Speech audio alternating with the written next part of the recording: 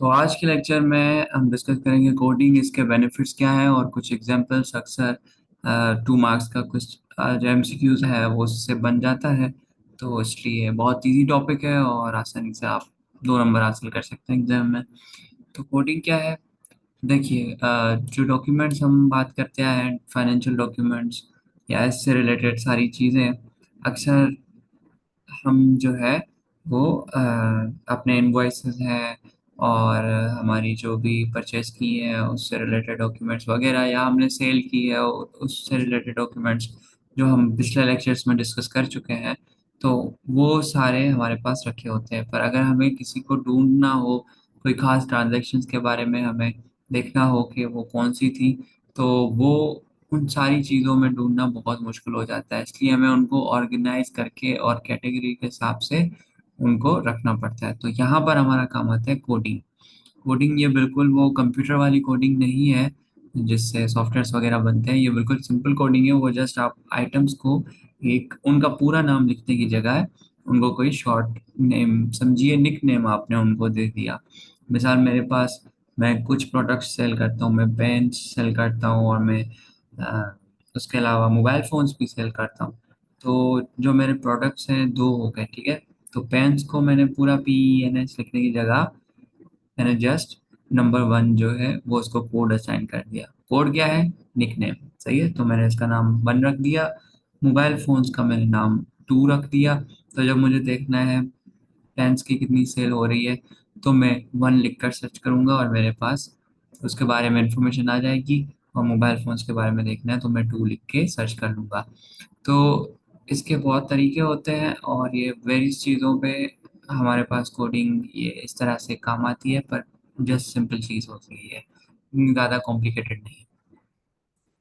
तो कोडिंग करते कैसे हैं? जैसे मैंने आपको समझाया, कोई आपने नंबर्स या लेटर्स किसी डॉक्यूमेंट पर असाइन कर दिए या किसी अकाउंट से रिलेटेड आपने असाइन कर दिए। तो इसके कुछ एग्जांपल्स देखते हैं जिससे आपको ज़्यादा क्लियर होगा। पहले हमारे पास आ जाता है अल्फ़ाबेटिकल कोड। अल्फ़ाबेटिकल कोड में कुछ खास नहीं है, बस कोड जैसे मैं 1-2 आपको बताया मैंने, उसी तरीके से आप ABC चीज़ों पर नाम रख सकते हैं। अब वो इसका कोई स्पेसिफिक रूल नहीं है कि A सिर्फ़ इसके ऊपर असाइन हो सकता है, B सिर्फ़ इस चीज़ के ऊपर। आप अपनी आसानी के लिए कंपनी पॉलिसी के हिसाब से या जिस तरीके से भी आपका स्टैंडर्ड एक चीज़ बनी हुई होगी, हर कंपनी का डिफरेंट होता है, तो उस हिसाब से हम ये कोड्स फ़ॉलो करते हैं।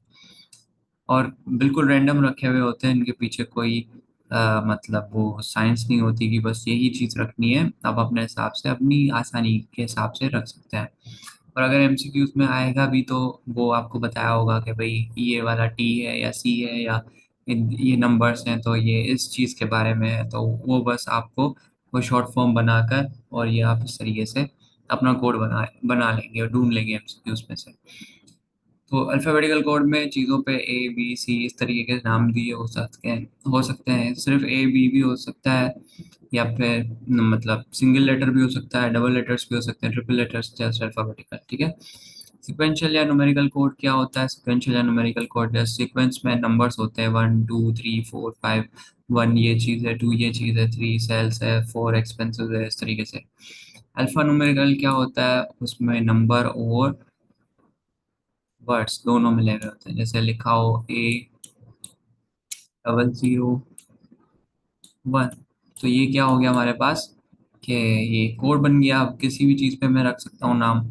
जैसे ये मैंने ए को रख दिया, भाई ये सेल्स है, सेल्स मतलब A, और 001 मतलब मेरा जो है प्रोडक्ट पेन वाला, वो मेरा है। तो मैं कोड लिखूंगा A001, तो सेल्स जो भी रिलेटेड होंगी पेन से वो आ सकती है। या मैं ऐसा भी कर सकता हूँ कि A001 रखूँ कि भाई पहली जो सेल थी वो जस्ट शो हो, फिर वो पेन की हो या किसी भी चीज़ की, जस्ट जो सीरीज में फर्स्ट नंबर पे आ रही है, डेट पे फर्स्ट नंबर पे आ रही हो।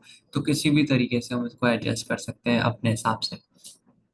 अगेन इसका कोई खास रूल नहीं होता, इंफॉर्मेशन आपको गिवन होगी सवाल में। फेसिटेट कोड क्या होता है? ये फेसिटेट कोड ये रहे हमारे पास कोड। तो ये इतना कुछ खास नहीं है, समझिए इसकी एक्सटेंशन है अल्फा न्यूमेरिकल की, कि समझिए आपने ग्रुप का नाम रख दिया, या समझिए फेसिट है। फेसिट क्या है? जस्ट शुरू वाला जो शुरू वाला नहीं, बल्कि कोई भी लेटर या नंबर जो भी आपने रखा हुआ है, तो वो इंडस्ट्री से रिलेटेड है। वैसे टू जो है हमारे पास, वो क्या है, ट्रांजैक्शन से related.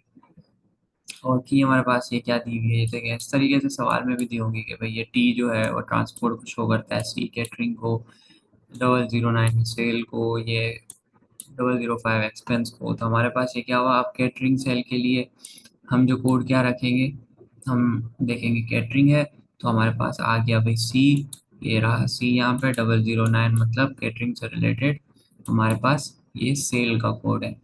Catering cell transport expenses का कोड हम क्या बनाएंगे, ट्रांसपोर्ट का टी हमने रख दिया यहाँ पे शुरू में, और कोड हमने क्या रख दिया, 005। 005 क्या है, 005 एक्सपेंस को शो करती है, तो ट्रांसपोर्ट एक्सपेंस का कोड हमारे पास T005 हो गया है। देखिए कितना आसान था, ऐसे ही तरीके से एमसीक्यूज में भी आता है। इन्फॉर्मेशन आपको गिवन होगी और जस्ट आपने कोड को फाइंड करना होगा कि इसका कोड कौन सा सेंस बनाता है।